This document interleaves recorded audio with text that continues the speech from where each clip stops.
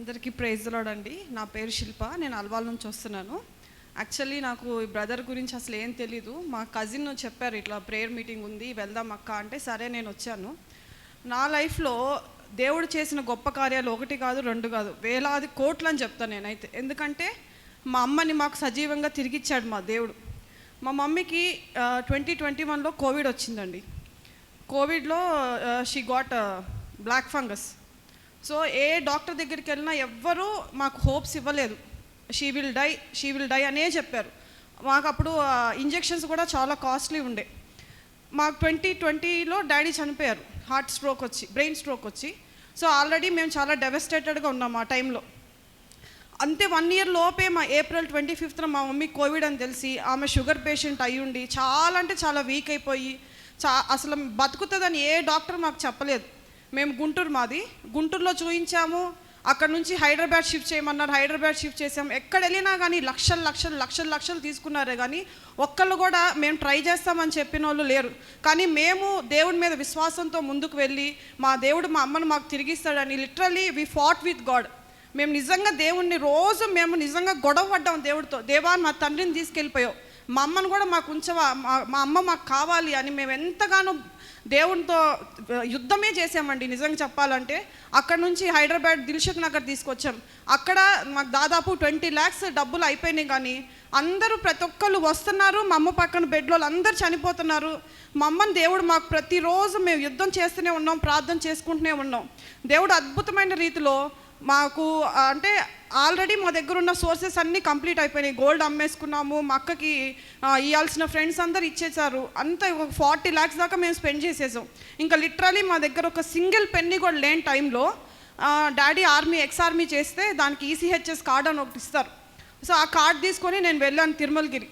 Sir ఇట్లా మా మమ్మీకి బాగాలేదు, ఇట్లా బ్లాక్ ఫంగస్ వచ్చింది, ఎవరు అడిగినా మాకు హోప్స్ లేదని చెప్పేస్తున్నారు, కానీ మేము ఇంకా ట్రై చేయాలనుకుంటున్నామంటే సరే తీసుకురండి అమ్మ అని టెస్టులు రాశారు. ఈ టెస్టులన్నీ కిమ్స్ హాస్పిటల్లో చేస్తారు, కిమ్స్కి వెళ్ళండి అని చెప్పారు. మా అక్కకి పదే ఒక సార్ పేరు దేవుడు అంటే ఆయన పేరే గుర్తొస్తుందంట పద్దాకల, ప్రతీక్ పాటిల్ అని. సో ఎందుకన్నా మంచిది సరే వెళ్దాం పదజిజ్జి అని తీసుకెళ్ళి చూపించగానే ఆయన నోరు తెరిచి చూసి, అమ్మ ఈమెకు అంతా పైన అంతా తినేశారు, చాలా క్రిటికల్ స్టేజ్లో ఉన్నారు ఈమె, నేను కూడా చెప్పలేను ఈమె బతుకుతుందో లేదో, ముందైతే MRI చేద్దాము, కాంట్రాస్ట్ అని ఉంటుంది, అది చేయించండి, బోన్ ఎంతవరకు డెన్సిటీ తినేసిందో తెలుస్తుంది అని చెప్పారు. సరే అని చేయించినాక అదేంటంటే లోపల అంగిల్ మొత్తం తినేసింది, ఈ చీక్ బోన్ తినేసింది, వెనకాల brain, base of the brain అంటారు, అది కూడా తినేసింది మొత్తం.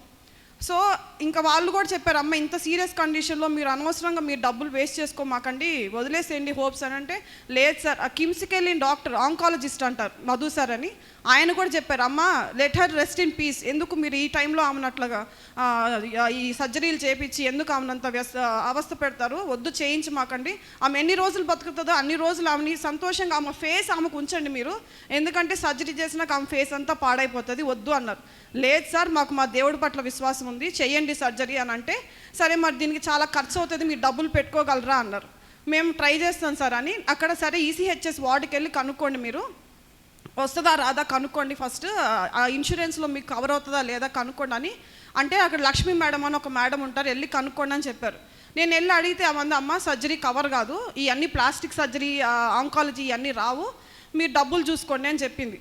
అంతే నేను మా తమ్ముడు న్యూరాలజీ డిపార్ట్మెంట్ దగ్గర కూర్చొని ఏడ్చుకుంటా ప్రార్థన చేసుకుంటాం. ఈలోపు దేవుని కృప ఎంత గొప్పదంటే ఆమె అసలు ఎవరితో మాట్లాడదంట. ఆ లక్ష్మీ మేడము కిందకు వచ్చి అక్కడ నుంచొని ఎవరితోనే మాట్లాడుతుంటే నేను వెళ్ళి ఏడ్చుకుంటా చెప్పాను, మ్యామ్ మాకు ఇంకా మా అమ్మ తప్ప మాకెవరు లేరు, మా దగ్గర ఉన్న డబ్బులు కూడా అయిపోయినాయి, ప్లీజ్ ఏదో ఒకటి చేసి ఈ సర్జరీ ఆ ECHSలో వచ్చేటట్టు చేయండి అంటే, సరే అమ్మ ఏడమాక, ఒక తల్లి కోసం ఈ రోజుల్లో ఇంత తపన పిల్లలు నేను ఎక్కడ చూడలేదు, నేను ఏదో ఒకటి చేసి నీకు సర్జరీ చేపిస్తాను, కానీ ఇంజెక్షన్స్ అనేవి చాలా కాస్ట్లీ, అవి ఎవరు ఇవ్వరమ్మా మీరే పెట్టుకోవాలి అన్నారు.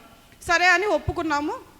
సర్జరీ చేసినాక ఈ లోపల అంగిల్ భాగం అంతా టీత్ అన్నీ తీసేసి ఇంకా బయటకు వచ్చింది. వచ్చినాక ఏం చెప్పారంటే, ఇంకా ఇంజెక్షన్స్ 35 days చేయాలా, పర్ డే 1 lakh అవుతాయి ఇంజెక్షన్స్కి, అంటే బాడీ వెయిట్ని బట్టి క్యాల్కులేట్ చేస్తే 10 vials పర్ డే పడతాయి అమ్మ, మరి ₹1,00,000 రోజుకి మీరు పెట్టుకోగలరా అన్నారు. సార్ నేను వెళ్ళి మళ్ళీ ECHS ఆఫీస్లో కనుక్కుంటాను, వాళ్ళు ఇస్తానంటే మేము చేయండి సార్, లేకపోతే ఇంకా సర్జరీ అయిపోయింది కదా, మేము మా మమ్మీని ఇంటికి తీసుకెళ్ళిపోతామని చెప్పాం.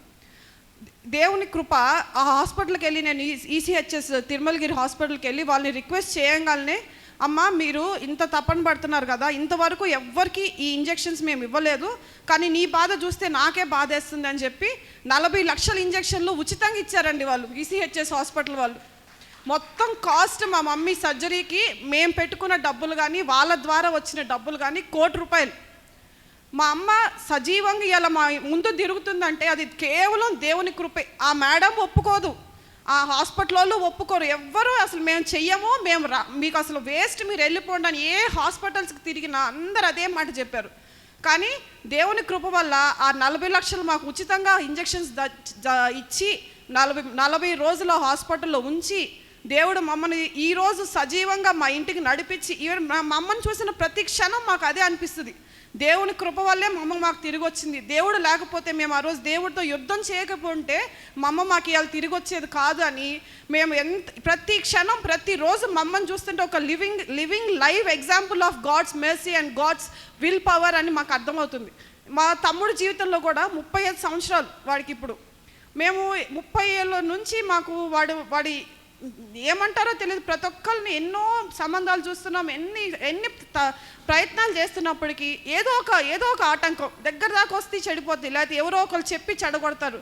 అలాంటిది దేవుడు మాకు తెలియని అద్భుతమైన రీతిలో వాడి వివాహం కూడా నిశ్చయించినాడండి.